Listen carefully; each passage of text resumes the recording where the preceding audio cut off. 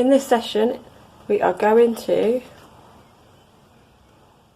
be creating a surrealist background. Have a look at this image. I've taken a photograph on the school site, and this is the view if you go directly out of Crest Road. So have a look out of your window and you'll be able to see the same view. So this is a photograph, a flat 2D page, but we know in real life this image isn't flat. So we need to explore some things before we start creating our own backgrounds.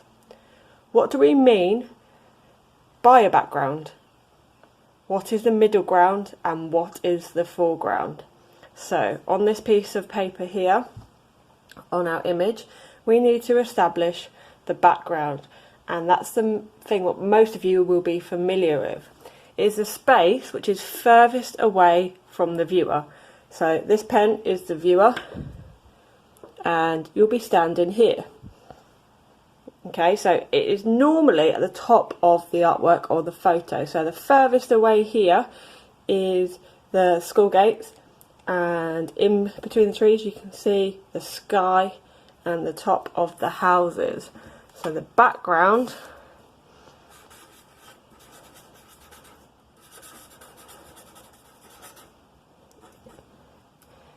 is the furthest away. Okay, so it's normally the things we see in the artwork which is quite small. Let's move on. Let's have a look at finding the middle ground.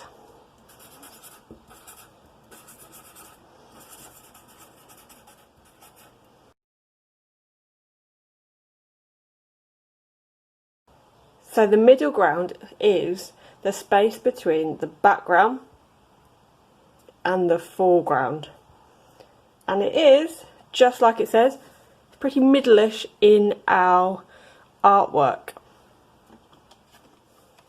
And the reason why we start dividing up the background, middle ground and the foreground is because we need to be aware of it in our own artwork, and it creates a sense of depth. On paper, our paper is flat, remember, but we need to let the viewer know that we've got all these different layers within our artwork. So the middle ground is the space between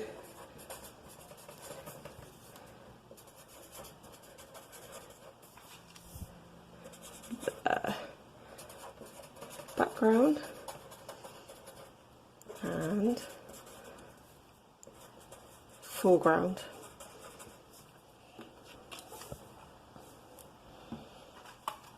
So what can we see in the foreground of this picture here?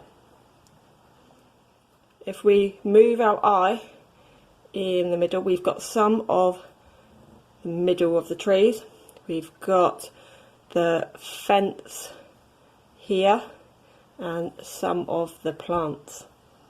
Okay, let's have a look at the foreground.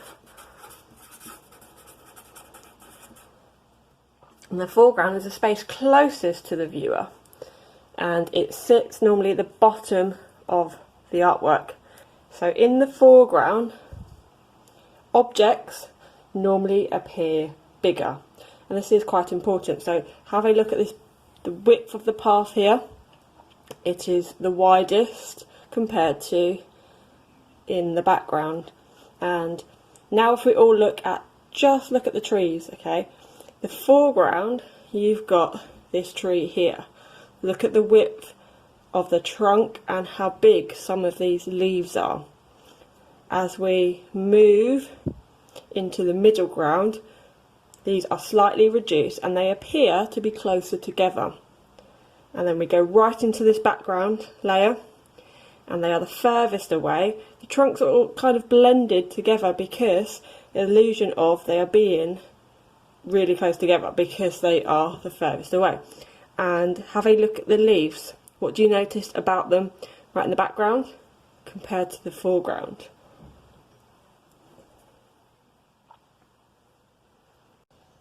So in this activity we are going to explore some background techniques. So we know they're meant to be further away. They'll be duller in colour and they'll contain a lot less detail. The resources we will need is a set of watercolours, a water pot, a small sponge, some blue roll or a cloth, and a broad paintbrush. So once you've gathered all of them, we are going to do some experimenting. The first technique I'm going to show you is a bit of a variated wash. So this means choosing a selection of colours to create our backgrounds, and we're only going to do it in one direction. So I'm going to use a horizontal direction. So I've dipped my paintbrush, quite a broad paintbrush, in some water, and then I'm going to start off using some of these blues. And it doesn't matter if I've got two of them on the brush, and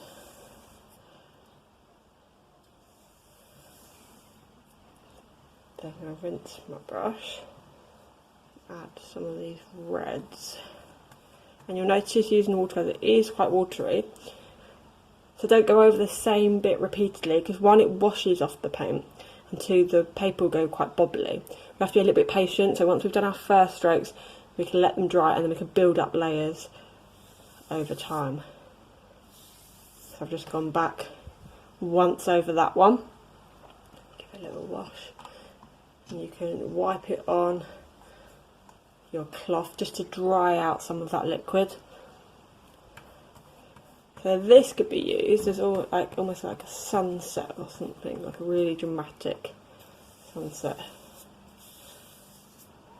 like so. And then by the time we've gone to the third one, I can do another blue layer in the opposite direction at the top. Another orangey red. And the beauty of it, the sky is quite random. There's no right or wrong on this. It's about making it aesthetically pleasing.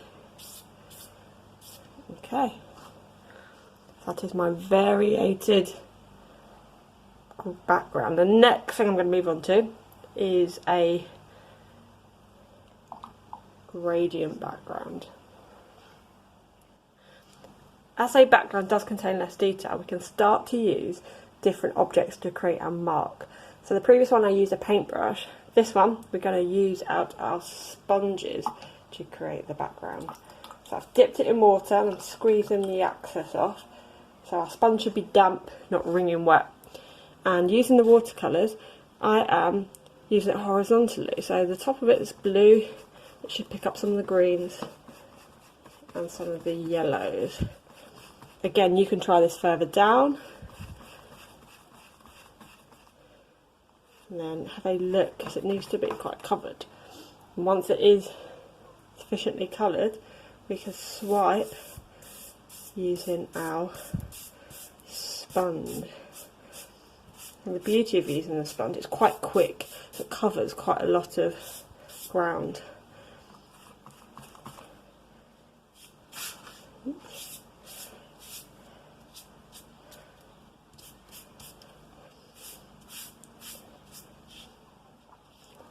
For that I've used the blues, the greens and the yellows. Dip it slightly. If yours is too wet, you can push off the excess off the page. And then I haven't soaked my brush to get all of that paint off, but you'll notice this part is quite empty. So I've squeezed off some of the paint, and because I've still got some of the paint on, it should create this nice gradient background.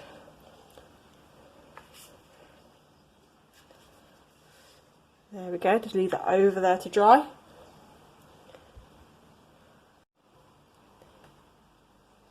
In this experiment I'm going to use the blue paper towel. I've got a blue cloth. It should do the same thing. So we're going to scrunch it all up. And the beauty of this, it should pick up some of these marks. Again, if your water's a little bit dark, we can change our waters at this stage. Okay. And then I'm going to choose my colours. So you can see this nice vibrant red orange, and I'm just going to kind of scribble it all the way across the page, and you'll see it makes all of these lovely marks. And if the paint is coming off, we can then dip it again.